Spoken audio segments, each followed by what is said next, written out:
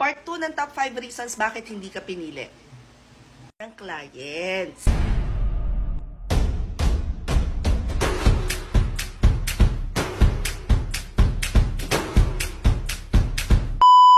So sa part 1, I talked about the top 5 and top 4 reason bakit hindi natin nakukuha yung work from home position or role na gusto natin. This is also a video about how to find yung client na nakalaan para sa inyo. So we've talked about creating client persona by thinking about the best timing to apply and kung saan ka mag-a-apply or anong platform ka nga ba tatambay. Reason number 3, baka kaya hindi ka napipili because you're not standing out. Nakita mo may nag-post, huy, ganito daw para maano, so ginawa mo naman. Tapos nakita mo, huy, may template si ganito, ginaya mo na lang. Yung iba nga, nagbabayad na lang para magpagawa ng cover letter, portfolio, at saka ano eh.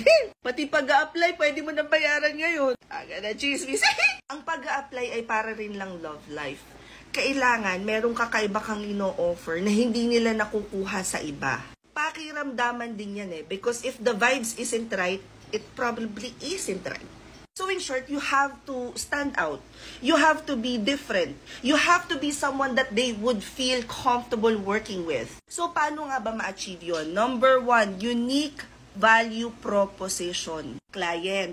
Alam mo, marami kang pwedeng makasalamuha na digital marketing specialist, social media marketer, pero sa akin mo lang mararanasan to. Ganon. We'll talk more about unique value proposition later on, but today, we're just talking about yung mga dahilan. Bakit nga ba hindi ka pinili, di ba? Reason number 2, hindi talaga kayo bagay.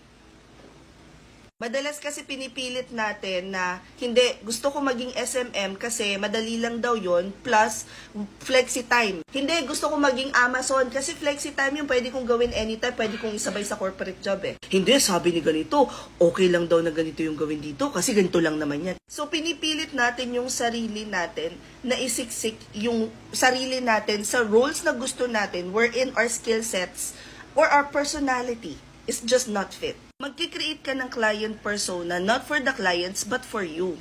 Hindi ka magki-create ng client persona based on kung ano yung uso sa market or kung ano yung malaki yung bayad ngayon. That's one basic hack to future-proof your freelancing business. I'll give you guys a moment to think about the top 4 reasons bago ko i-discuss yung number 1 reason bakit hindi ka pinili. Again, document your journey. Research about client profiling. Creating client persona, and then document your journey, tag me, and use the hashtag freelancer na Midis 2023.